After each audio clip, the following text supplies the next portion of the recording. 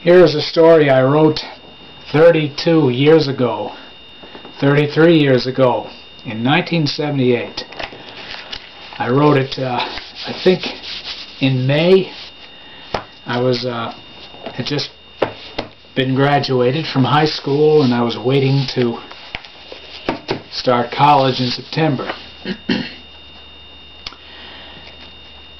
The Aggression of Ed Slipe and What It Got Him, by Fred Weems. This is a story about a guy who, standing at a water cooler in a business office, would call himself just that. Ed Slipe, the character, is meant to be, I don't mean a water cooler, a dull man. He sings joyfully, "I'm one of the boys," and strums a manipulative, non-existent guitar, and smiles politely at people he doesn't like, and flashes his teeth with ghastly indulgence at those he likes. Ed is a stupid type. He can't understand the joy of a song. To Slipe, Ed, if you hear a song in the background, you sing it. He will walk to the rhythm of an undisciplined symphony in a department store, and if his beloved son Ron drops him off at his office, probably as he is driving two young friends, too, Ed will tap his feet to the disco music blasting out and moan out the chorus. When Ron was 19, in the summer of his first days on his own, Ed took him aside and said, "Come along with your old man and my wife," Ron's mother. The trip was to last a few days and would make for a short, nostalgic, and contemplative time. Ed would see his son, who was in college and had a job, and study his attitude towards his life. Ed was sure Ron would provide proof of having been the son of Mr. Slipe. Ed went about preparing his wife, Judy, for the camping trip. "We're going to be the family and stay with each other, watching our son Ron progress." Judy agreed to go, and the day they left, she sat in the passenger seat while Ed let Ron sit in the back seat. He asked him only occasionally to stick his head out the window to see if the trailer was rounding the corners without coming off the trolley. Judy smiled on the way to the camping grounds, saying, "Ed, you've secured this family, but I'm in the death seat." At this Ed smiled politely, not showing his teeth. This is not, of course, to say Ed was a bad man. Edward felt cardboardish relationships were the result of success. To him, the parties in a monogamous relationship could adore each other without understanding each other. Ed smilingly, with teeth, watched his son Ron for a few days. At the camp, he was eventually inspired to write a family journal. "Ah," Ed wrote, "for 3 days he stayed with his family, camping. I don't think Judy will be too upset if Ron stays late at another campsite. Female laughter would soothe him. We could certainly welcome some."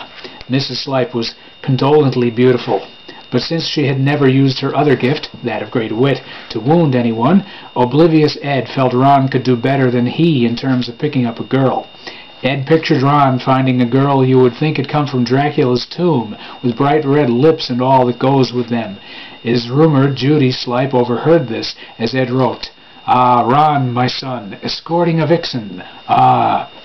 On the 4th day, Ed fished and sat on his fold-out outside couch, waiting for his son to come to the campsite, running with a blonde, Giggly, the blonde. But Ed saw Ron walking back alone, swinging his arms. Ed felt the need to find out if Ron had met up with any submissive girls that day, so he started a conversation. He did so with a joke about a famous baseball team. "Yes," said Ron, "like that idiot blank blank." This was a widely attacked and rich player. Ed gave out some more humor on related issues, and after pausing, with his fingers tapping, asked, "Any girls running around the grounds today?" Ron chuckled charitably. He looked out into the trees. "Yes." Here, with a direct glance into Ed, his father's eyes, Ron said, "There are some girls with very good tans and bleached hair, very attractive girls." Ed had his tongue on his upper right molar teeth while Ron said this, and he pushed harder until he finished. Ed lowered his tongue to its place. He was for now satisfied. He smiled at his son. He called, "Judy, if you won't mind resting your sewing down for a second, could we have some supper?" Looking with pride at his son and with a tolerating presumption at Judy, Ed ate with his family. He also wrote in the journal next to his plate. After Judy had slipped into her bed in a faraway section of the trailer, and Ron had been gone at the collapsible camp pool hall for several hours, Ed was in the middle of the 15th page of the journal. A brief excerpt from his exposition of that night is requested reading. What does that great future hold in store for our little offspring? I laugh here because he was actually big and monstrous looking.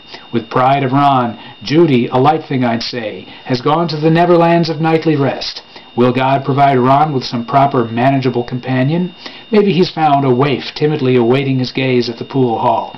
He's probably picked a lively one. God is kind in obscure ways. On he went with his discourse, ever loving, going... On he went with his discourse, ever loving, going off on annoying tangents, always sure to come back and plead with God, sure throughout to give his son a good feeling of inferiority should that recently glazed person of clay find and read Our Family Camping Journal. While Ron was walking back late that night, Ed sat at the trailer table writing. His own justification for composing this now thick camping record was that he had noticed people all week sitting on rocks and in tall grass piles beneath trees, writing away at things. In the natural contempt Ed had for the writing of others, he'd ask, lifting an eyebrow and looking patronizing, "What's this, a novel?" And the person would grin for him and say either, "A log for our trip," or "A letter. We've been doing so many weird things here. We all decided to go to Little Mount Whiptop a few days ago." And Ed would stand still until he felt he could move without making himself look nervous. But by seeing their sheer numbers, Ed felt himself that these log writers had something going that he was missing out on. This is why he was writing his long, conceited camping record, which through its routine constructed the pattern of his fate. The door handle turned. It turned again the other way. It was going back and forth in half circles, and then it stopped. Ed put his hand on the handle and let his son in. "Sorry about that, Ron. You know how those guys walk around with scythes and pickaxes. Have some food. Sit down." He said this while writing and looking up at Ron. Ron seemed to be thinking about whether to get some food or not, and then sat down facing his father across the little fold-out table. He looked through the screen behind Ed, and the June bugs pounded on it. Ed scrawled out loudly, "Sitting here before me this very minute, Ron looks like he feels successful or something." "Well, Ron," he said, "do lots of good-looking girls watch the pool games?" Ed was desperate to know if Ron had been popular and worthy of his name. Ron said in a consoling tone that what Ed said was right. "They seem to like me." This Ron noted, sounding satisfied and expectant. Ed printed out an exclamation point on the page. "Oh, a real stud out there." And as he was saying this, Ron got up and got a bunch of grapes. "Hey, is Mom asleep?" "Oh, yes, yes." "Well, I don't want to wake her up, so I'll eat quietly here." "Grapes are good and quiet, yes. They're really good, too." He stepped out the door. "Well, good night." Ron went to his unprotected, small yellow tent. Ed's inspiration had thinned and, in a way, evaporated up into his scalp, so he folded the table, pulled out the bed, turned down and off the light, and went to sleep. He would quite soon be showered by an accumulating cloud of mistrusting inspiration. The morning light struck. "Ha ha!" thought Ed. "I have many thoughts to record. I'll see the record of my sanity in a few days. I'll bet I'm right." He didn't even bother to wash his face. He lay in bed in the semi-light, writing down his dream from the night before. Strange haircuts. Can probably give you a general idea of the sort of thing that seemed important to Ed in this dream, and it involved Ron. For 20 minutes he slashed the pages with his pen. He sat up, he rolled to his side, he sat on his toes, and finally finished. The small trailer bathroom admitted him resignedly. It was a horrible gray. Ed washed his face, his hands, brushed his teeth and combed his hair, wiggled his eyebrows in the mirror, and stepped out, breathing in the fresher but still domestic trailer air. His wife was lying on her bed with her arm on her forehead, smiling as she read his journal. She had 2 pillows behind her, and had opened the windows and the curtains. Ed didn't notice her, and was looking on his bed for the journal. After half a minute or so, he turned around and saw Judy. "You've got my journal." Judy raised an eyebrow slightly. She smiled happily. "Oh, yes." Ed stood near her bed for a second, lifting a foot. "What do you want it for?" It wasn't typical of Ed to say what he wanted. Judy looked at him in a bemused, mocking way. She used a more comforting, unassuming tone, though, when she spoke. "Well, it's pretty intricate for a family journal. You really have written a lot on Ron." "I haven't finished yet, Judy, but I have 5 pages left, and it says 'the end' at the end." Ed was picking up his feet one after the other.